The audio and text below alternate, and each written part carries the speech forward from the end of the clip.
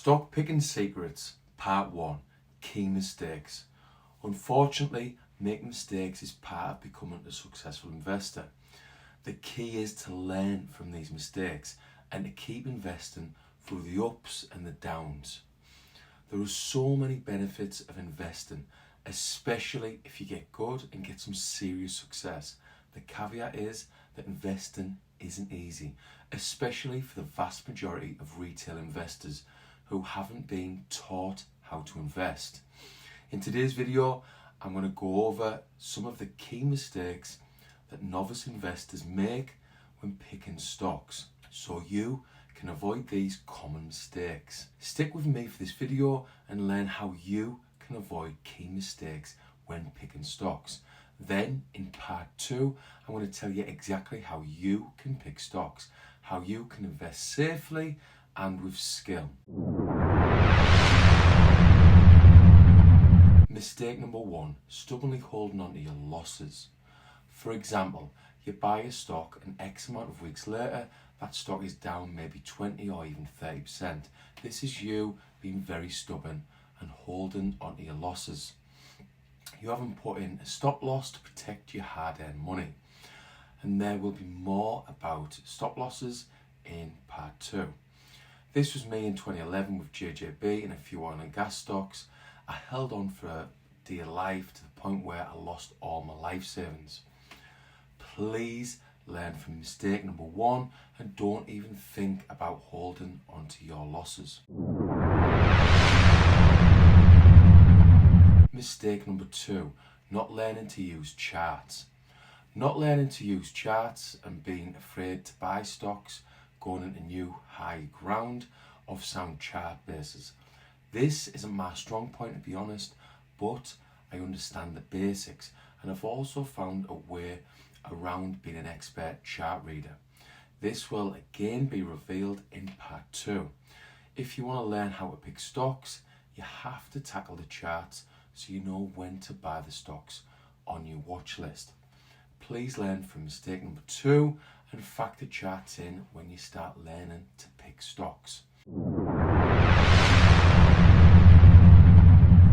Mistake number 3, not having specific general market rules. Not having specific general market rules to tell you when a correction in the market is beginning or when a market decline is not likely over and a new uptrend is confirmed. Basically, not understanding bear markets and bull markets. During bear markets, 2022 for example, you don't want too much exposure in the stock market. It's okay to have a few positions, a little bit, but don't put too much money in. Mistake number 4, poor selection criteria. Basically, not knowing what to look for in a successful company. Stocks that are not acting very well, have questionable earnings, sales, growth, ROE, and are not market leaders. Concentrating on highly speculative or low quality risky stocks. Mistake number 5, not following your buy and sell rules. What buy and sell rules? Unless you understand stocks, you understand the stock market, you aren't going to have buy and sell rules. Losing my savings back in the day in 2011, I had no buy and sell rules. I bought JJB at 4 pence and it went up to around 50 pence. I'd made some serious profit, but I got greedy and decided I'd sell when it got up to £1. JJB went bust and I never sold anything, so my sell rules were clearly non-existent. If you make gains as an investor, you have to take at least some profits off the table. Mistake number 6, not buying high quality companies. Failing to understand the importance of buying high quality companies with good institutional sponsorship. It's really important that you understand the company you're investing into, like who the management team is and are they investing back into the company? Are they putting their own money in the company? Are they putting the money back into the company with research and development, for example? Are big institutions buying into the stock? This is when the serious money comes flooding in. When the big boys like BlackRock and Fidelity buy into a stock, it's going to positively affect the share price of the company. Mistake number 7, buying low-priced stocks. Buying more shares of low-priced stocks rather than fewer shares of high-priced, high-quality stocks. I used to go looking for bargains as I was scared off by the high price of the high-quality stocks. This is a big mistake and one that many novice investors make time and time again. Mistake number 8, buying on hype. Buying on tips, rumours, split announcements, experts on TV, or even because your mates down the pub told you about the latest stock. There are skilled ways of picking stocks, and this isn't the way. Mistake number 9, wanting to make quick, easy money. Wanting to make quick, easy money doesn't work. I tried this for many years and it just leads to financial pain like anxiety and stress.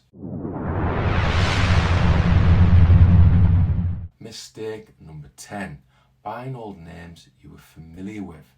This is another common mistake I've made as I went for well-known names back in the day without knowing anything about the company. Old familiar names don't necessarily do well, and many old familiar names have went bust, like JJB in 2011, and this was a big name in UK retail at the time. Key takeaways. These are just some of the mistakes novice investors make. If you take these lessons on board, I'm convinced it'll make you a better investor. To be honest, you're probably going to make mistakes anyway, no matter what knowledge you have. But if you have a good understanding of what not to do, you can have a smoother investing journey than I've had over the last 20 years. My hope is that you take something away from this video and it makes you a better investor. In part 2, we'll be getting into how to pick stocks. You'll then know what not to do and what to do, and you can go and smash it in the stock market in 2023. Just for transparency, the mistakes in this video come from William O'Neill and his excellent book, How to Make Money in Stocks. I have experience of most of them from earlier days, my early days as a very naive investor. Anyway, that wraps up today's video. If you've liked the content, a thumbs up would be greatly appreciated. Thanks for listening.